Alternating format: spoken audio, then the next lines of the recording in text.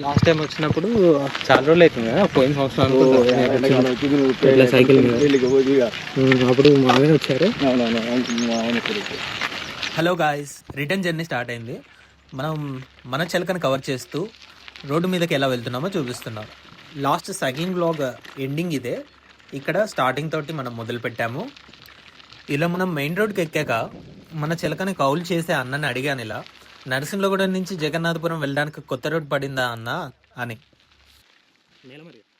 అప్పుడు అన్న కూడా అన్నాడు, ఇలా తమ్ముడు కొత్త రూట్ అయితే పడింది, నరసింహగూడెం ఊళ్ళో నుంచి ఉంది, అది మీరు వెళ్తూ ఉండండి, నేను బైక్ మీద చూపిస్తూ ఉంటాను డైరెక్షన్ అని చెప్పి మాతో పాటే వచ్చాడు ఆ రూట్ చూపించడానికి.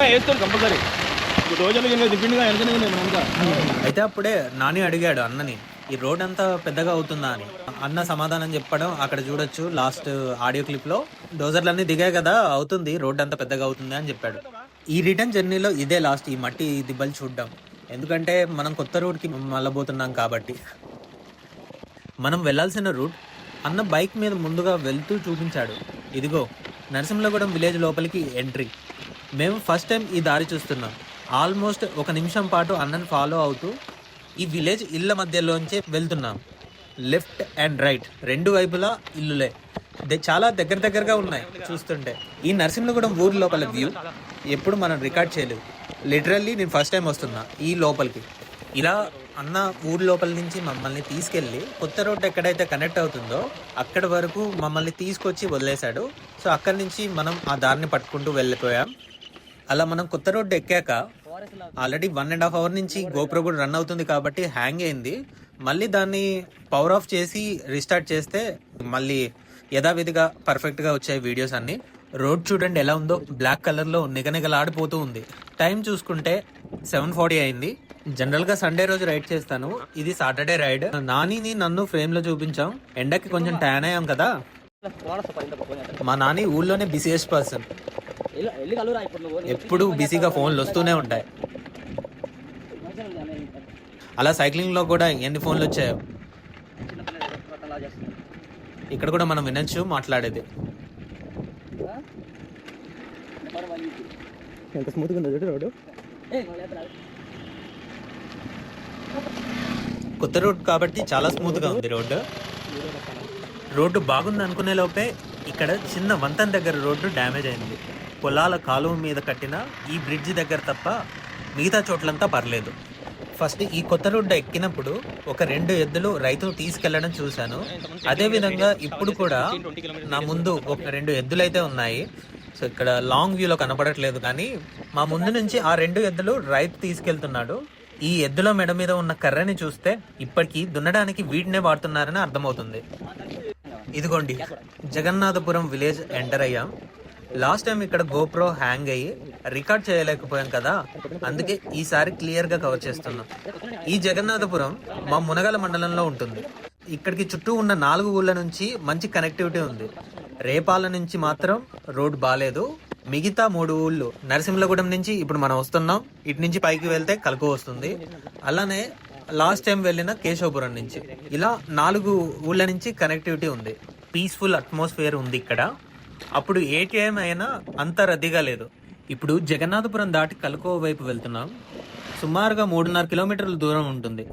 లైన్గా తాడి చెట్లు, నేను నాని ఇద్దరమే మొత్తం రోడ్ని ఆక్రమించిన feeling.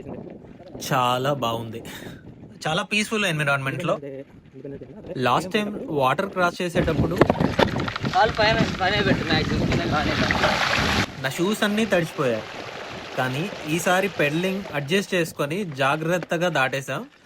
Back and fourth pedal చేసుకుంటూ లెగ్స్ కిందకి రాకుండా జాగ్రత్తగా చేసి ఈసారి షూస్ తడవకుండా కాపాడుకున్నా. లెఫ్ట్ సైడ్ ఈ వ్యూ చూస్తుంటే నాకు నేషనల్ జియోగ్రఫీ ఛానల్ గుర్తొచ్చింది. చుట్టూ వాటర్, మధ్యలో చిన్న చిన్న చెట్లు. ఇక్కడ రికార్డ్ చేస్తే క్రొకడైల్స్ కూడా ఉంటాయేమో అన్నట్టుగా ఉంది.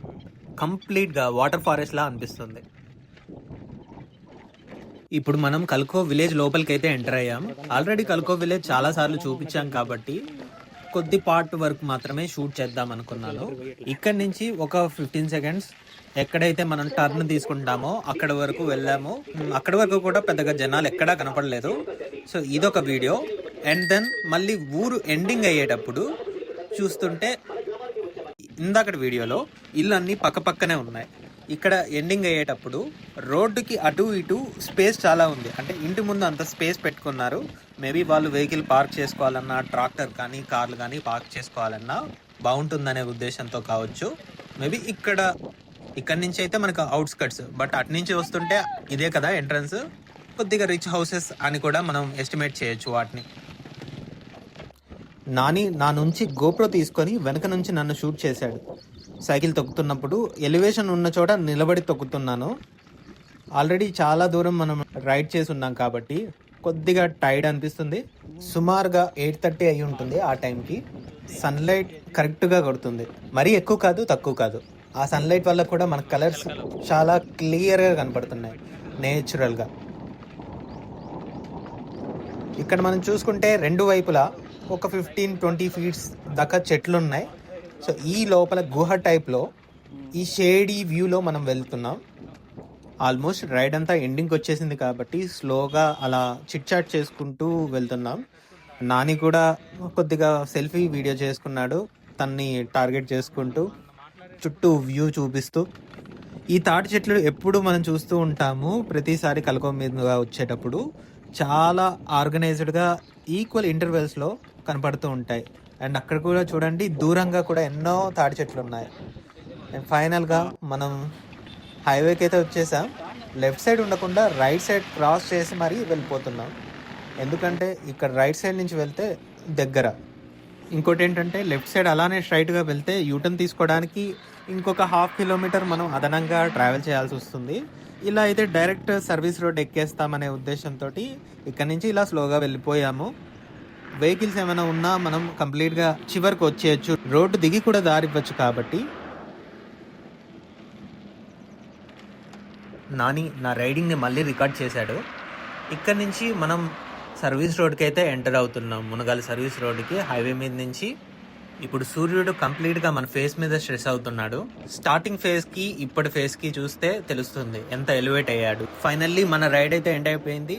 మళ్ళీ మనం నెక్స్ట్ సైక్లింగ్ వ్లాగ్లో కలుద్దాం. Please like, share and subscribe to my channel Sandeep Veggalam.